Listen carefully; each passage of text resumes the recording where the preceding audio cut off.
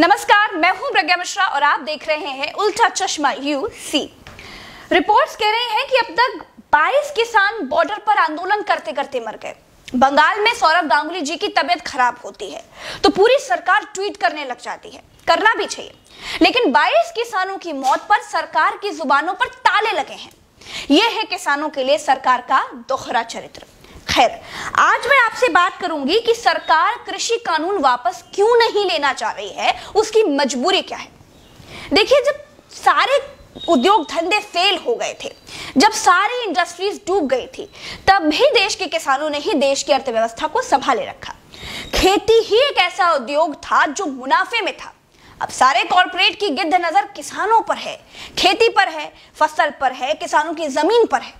देश की अर्थव्यवस्था के साथ पिछले 6-7 सालों में चीरहरण हुआ है और अर्थव्यवस्था के साथ पूरी तरह से बलात्कार किया गया है। और अपने इस इकोनॉमिक कोलैप्स को छुपाने के लिए किसानों को कॉर्पोरेट्स की झोली में अब फेंका जा रहा है। भारतवर्ष गर्दन तक कर्ज से डूबा हुआ है। इस समय जब मैं आपसे बात कर रही हूं तो हमारे देश पर 162 लाख करोड़ का कर्ज है, जो दुनिया भर की अलग अलग बैंकों से लिया गया है। और 2014 में जब देश में बीजेपी सरकार बनी थी, तब यह कर्ज 84 लाख करोड़ था। देश की सरकार कर्ज लेकर घी पी रही है। ऐसा तो है नहीं कि देश माल्या की तरह या नीरव मोदी की तरह कर्ज लेकर भाग जाएगा। कर्ज तो चुकाना ही है, लेकिन हमारी जीडीपी तो डूब चुकी है, इंडस्ट्रीज का बुरा हाल है, कंपनियां बंद होने की कगार पर आ गई हैं। ऐसे में कर्ज वापस कैसे होगा? जो सामने दिखाई देता है तो मुनाफे वाला एक ही रास्ता बचा है और वो है खेती, जिसमें कॉर्पोरेट को 200% तक मुनाफे की गारंटी है और कॉर्पोरेट को हर हाल में वो चाहिए ही चाहिए। और सरकार को कॉर्पोरेट की ये बात माननी ही माननी है, क्योंकि पॉलिटिकल फंडिंग किसान तो करता नहीं है, किसान सिर्फ वोट देता है, फंड तो कॉर्पोरेट से आता है।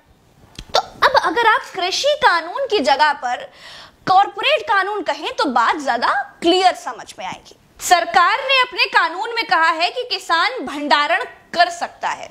अब आप होनोलुलु की सरकार तो है नहीं कि आपको ये मालूम ही नहीं है कि जिस किसान को आप जिंदा रखने के लिए 6000 की खैरात दे रहे हैं, वो भंडारण करेगा कैसे? या 6000 में किसान ने अगर अपने गोदाम बनवा लिए हो तो उसकी जानकारी मुझे नहीं है इस वक्त पर। आपको अच्छी तरह से मालूम है कि देश का 95% किसान भंडारण नहीं कर सकता, तो फिर भंडारण करेगा कौन? 5 रुपए का भुट्टा 35 रुपए में बेचेगा कौन? फ्री की धनिया 50 रुपए में देगा कौन? वही आपका कॉर्पोरेट, जिसको हर हाल में इस देश को मुनाफे वाला किसान चाहिए ही चाहिए। देश में खेती से जुड़ी अर्थव्यवस्था को अगर अलग कर दिया जाए तो देश की जीडीपी 50% और गिर जाएगी। बेरोजगारी जो अभी 9% है, वो 35% पर पहुंच जाएगी। सरकार खेती को उन लोगों के हवाले कर देना चाहती है जो सब के सब फेल हो चुके हैं।